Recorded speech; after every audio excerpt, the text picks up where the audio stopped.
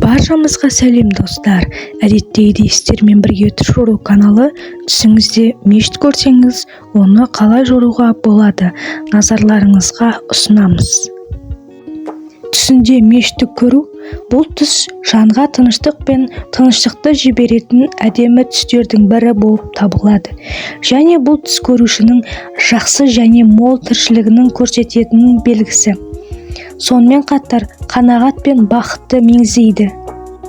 Түсіңізде көп адаммен бірге мешітке кіру армандаушының неке күні жақын екендігін білдіреді.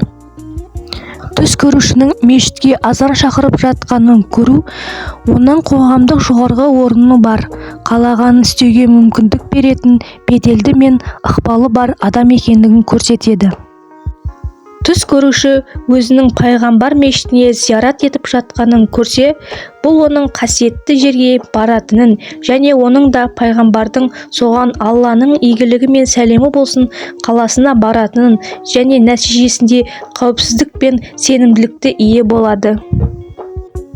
Түс көруші мешітке барып, зинақорлық сияқты көптеген харам істермен айналысып жатқанын көру, ол Алла мен оның елшісі разы болмайтындай басқа да істерді жасауын оның шын мәнінде күнә жасап жатқанын дәлелі болып табылады.